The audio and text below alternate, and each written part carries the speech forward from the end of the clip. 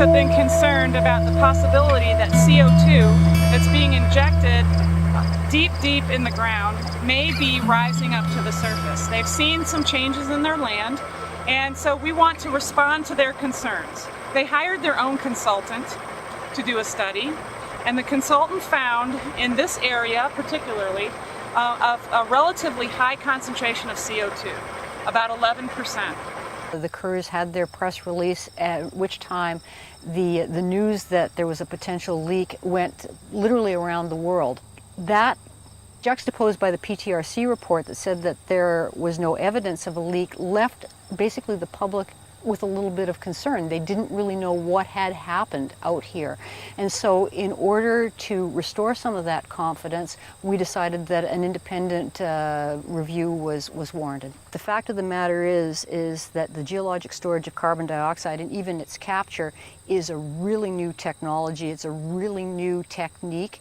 And the expertise in this area is, to coin somebody else's phrase, wafer thin. So there's not a lot of people who are doing work in this area.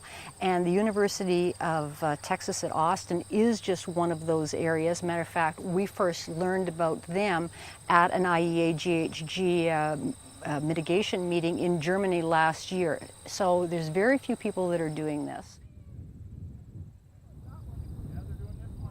Really the way that we've been doing monitoring for years and years and years is to take a lot of background measurements at a site before CO2 injection begins. And then what we can do during the lifetime of a project is we can compare the CO2 concentrations that we measure during the lifetime of that project, and we can compare it to the ranges that we found at the site before injection happened. Basically then, if we find some type of a statistical change or a statistical difference between what we know the ranges, the normal ranges to be over the lifetime of the project, it may signal a leak. So that's really the way we've been doing it, and it takes a lot of time, it takes a lot of effort, and it's still really kind of an unsure way of monitoring. So what we wanted to do at the Kerr site is we wanted to test kind of a new approach to monitoring, which we're calling a process-based approach. I've seen 45% CO2. 45. So there was no CO2 being injected into the reservoir at all. It was just a oil field seepage that had so methane was close to 45%, CO2 was close to 45%, and the isotopes show that the origin of the CO2 is oxidation of the methane. So you see, it's a tricky business. You can't just look at concentration. You have to really understand the processes that are affecting the gas concentrations. So we're not just looking at CO2. We're looking at CO2 and its relationship to the other gases that it coexists with. And so we can get a lot of information from that, and we can understand whether gases are naturally occurring or whether they may be coming from a different source. And we can get all that information by comparing these different gases. So we don't really need, using our method, we don't really need a background site. We already have some data, right? We have what came out in the Petrofine report. So we know the area of high CO2, relatively high CO2 concentration, and then from the Petrofine report we know areas of very low CO2 concentration. So we've set up our gas sampling stations so that they span both of those areas. So we start in a place that's got low CO2, and then we will move sequentially to the high CO2 area, and we'll compare those analyses. We are exceptionally confident in the results. We actually have an individual here from North Carolina whose whole stock and trade is being able to develop sampling protocols that will put a 95% confidence level around the findings. So when you're talking about that level of confidence, it doesn't get better than that. I'm here to help with quality assurance on this project. I was brought into the project early, which is really good thing to happen with quality assurance and kind of rare. I helped develop the test plan, and in the field here my main job is to conduct a quality audit and document that. Gosh, pretty much dead on, eh? Well, this project is pretty unique in my experience. It's a new method. It's a new strategy for trying to determine the origins of soil gas. Our approach is to make a transect of gas stations, gas sampling stations, across the area with high CO2 into an area with low CO2. And what we hope to do there then is see the relationships of all the gases in the high CO2 area, compare that with the relationships of the gases in the low CO2 area. By doing this, we can understand what is background CO2, in other words, what is natural CO2, and what might be coming from the storage formation. And we're in step one right now. And I am just ecstatic to have been able to have the resources to assemble the team that I've been able to bring into the field here. From Catherine Romanek and Brad Walliver at the Gulf Coast Carbon Center, to Stuart Gilfillan from the University of Edinburgh, to Janice Dale, some of the other folks from the University of Regina. It's an all-star team whose results I am certain will be beyond reproach. That's exciting. It looked like there's about 3 meters of gravel based on the Kerr well lift log, which is over there. My role is essentially focusing in on the groundwater component of the project. So I'm assisting with, during the construction of the gas wells, in the collection and the description of the sediment samples that come up during the coring operation. We're talking about getting it just off what's pulled off the flights on the outside. Well, what I'm going to do is I'm going to corkscrew it in 5 feet, pull it out. And then the grab hole it off may the the hole may collapse on us. Yes. But it's still going to be a representative sample from surface down to 5 feet. Yep. We pull out, you take your samples off, then Yep. we corkscrew and say we can either go another 1.5 meters to say to the 10-foot mark, pull that out. Okay, now we look on it, okay, halfway down the flight, the hole maybe is collapsed, but it doesn't matter. The flighting on the auger is full of sample from that area. Yeah. Okay, but then we have to go in with the hollow sand. Correct. All right, we better get on it then. Correct. Thank you. It'll go fast.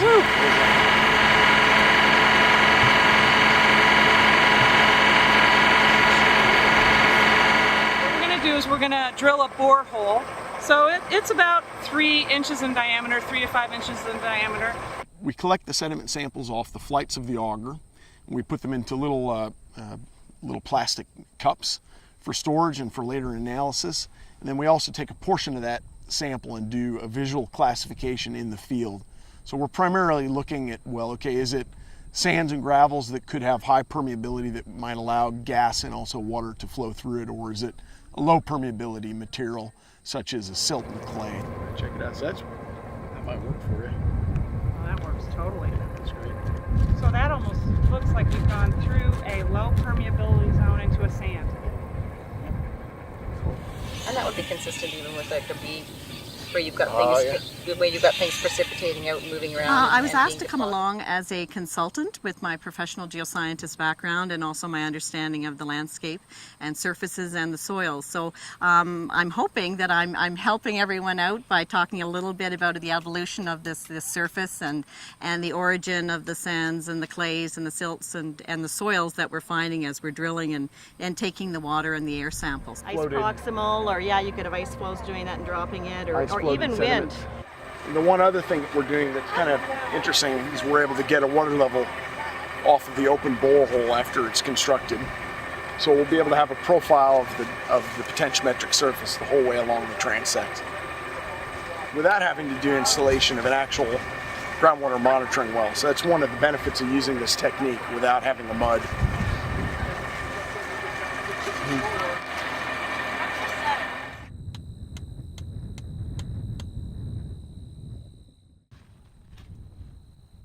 These stations have tubes that each go to different depths, and at the end of each hollow tube we have a gas sampling screen. So we have one screen at one depth, it's packed in sand, and then it has clay all above it. So these are bentonite chips, which are clay chips, and they're manufactured exactly for swelling and sealing things off. And we add the water so that the clay can swell, and the clay goes up to the next level. Then we got another one, sand all around it, then clay. So the gases that are just sitting in the soil right next to it are going to be drawn into the screen and up through the tubing. We have these swage lock, no flow, quick connect tips on the end of the tubes. So these stop any gas from exchanging with the atmosphere. When this connects with it, it's a gas tight seal, okay? And the pump is called a peristaltic pump, so it just pushes the gas through the tubing, pushes it up, and then it goes straight into the instrument, straight into this instrument. And then the preliminary results show up on the screen. You can see the little peaks. The size of the peak is proportional to the concentration of the gas. It analyzes for the major gases that we care about, which is CO2, nitrogen, methane, and oxygen. We'll then connect this one up. So we'll just pump it into the bag. We'll send the bag to the lab. The lab will then do the analysis of the major gases so that we can test that our field analyses were right, and they will add some minor gases as well. Those will be hydrocarbons, ethane, propane, and some other minor gases. We'll also get isotopes. Why are you taking samples from different levels, multiple levels in the same area?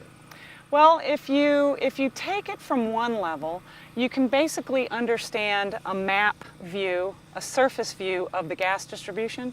But if you take it at 3 levels, not only do you get that picture of what's going on, but you also get a 3-dimensional picture. And we really care about how gases are moving in the subsurface. So when we take multiple depths, we get a really great idea of what's going on. We get a much better idea of what's going on. Okay, we're going from the 3'9" depth now to the 5'6". Okay, stop the pump, please. Oxygen at 21.38. And we'll have nitrogen shortly. If there was nothing happening in the soil, no processes, just nothing going on, then what you'd see in the soil would be air. It would be atmosphere, oxygen. Okay, and that's 21% oxygen and very little CO2, like 0.038%. Okay. So the line starts here because this is where you begin. And then what happens is the natural processes of respiration, plant respiration and microbial respiration, which is the natural background thing that makes CO2, what they do is they take 1 mole of oxygen and they make 1 mole of CO2. So that's this line. As a microbe or a plant root uses oxygen, it uses 1 mole of oxygen and then it puts out 1 mole of CO2. So the relationship goes along that line. So this line is the line that shows the process of natural process. So here we are, we're in the background area of the Kerr farm. This is the area of low CO2 that we expected to be background, and that in fact is what we're seeing. Okay. So if we had some kind of anomalous value that would not match the background signal, where would you find those points? So if we had some type of leakage signal, we'd expect it way out here. Way out there. Way out here. Okay. So when we went in there, we had tested this method at a couple of sites, industrial sites, but we had never used it to address a landowner's concerns. So this was something that was new. And we were really lucky because the area in which we tested the method happened to be an area where some very expert scientists had done groundbreaking work in monitoring over many, many years, from 2001 to 2005. And so there was a large historical database of measurements that could be compared to. So we had the old method and the new method side by side, working together to see if we get the same results. And in fact, 3 independent investigations used these different methods and came up with the same results. So the conclusion was no leakage at the Kerr site. Basically what we found was that the CO2 concentrations were the result of normal natural processes. It's a very wet, organic rich environment, and it's amenable to very high CO2. So the high CO2 that we saw, or the relatively high CO2 that we saw at the Kerr farm, was actually just a very natural occurrence for that area. So it was a really good day for CCS because we were successful. And it also showed that possibly monitoring, soil gas monitoring, might not have to be as complex and difficult as we have thought in the past. Okay, so we've got like 5+% here. Right. And up there at the background area we had about 1%. So we're definitely getting into higher CO2 down here, which is what I would expect, because now we're getting down into the area that's got more water. So there's a lot more organic matter and water flux for microbes to eat and make CO2. Okay. So that's what I'd expect. And you can see the oxygen is actually depleted as well. So when oxygen's depleted and CO2 is elevated, then that's a background signature. Right. Okay. You're just moving along the line. That same line. Okay. Yeah. At the Gulf Coast Carbon Center, we've developed a suite of methods that can be used both to characterize how CO2 might behave in the reservoir, how it might behave and how we might monitor for CO2 in the saturated zone and groundwater, and then also in the soil zone, or in the vadose zone. So we have this suite of tools that we can take and apply to different CO2 EOR or CO2 GS, geologic sequestration facilities around the world. Although our neck of the woods is really in Texas, in the Texas Gulf Coast, West Texas, and then into Mississippi. Yeah. But the questions and the scientific application are very similar here, also in Canada. I really hope that this is the start of something big. I mean, if carbon storage is to be implemented worldwide, we really need a good method, one that can be implemented in developing countries as well. And this could really take a lot of the guesswork that we have now out of near-surface monitoring. I'm excited. We've been contacted by other research projects around the world to lend our expertise and to teach this method. And as I said, the more we apply it, the more we learn that it's valid and that it could be a really, really amazing tool for helping us to make sure that carbon storage is safe and effective. We don't have a lot of options in terms of reducing greenhouse gas emissions. Certainly the idea is, and this is where the world needs to get to, are better sources of energy.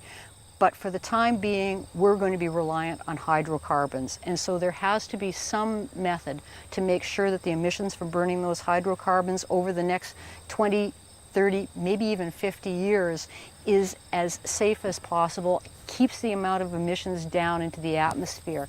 There is no single approach to climate change. We have to look at everything from energy conservation to alternative fuels, to carbon capture and storage, to beneficial uses of carbon, to change the economics so that it makes more economic sense to capture, if not to store carbon. So really, in order to implement this method on an industrial scale, the next step really is to develop an in situ tool that can measure all the gases of interest.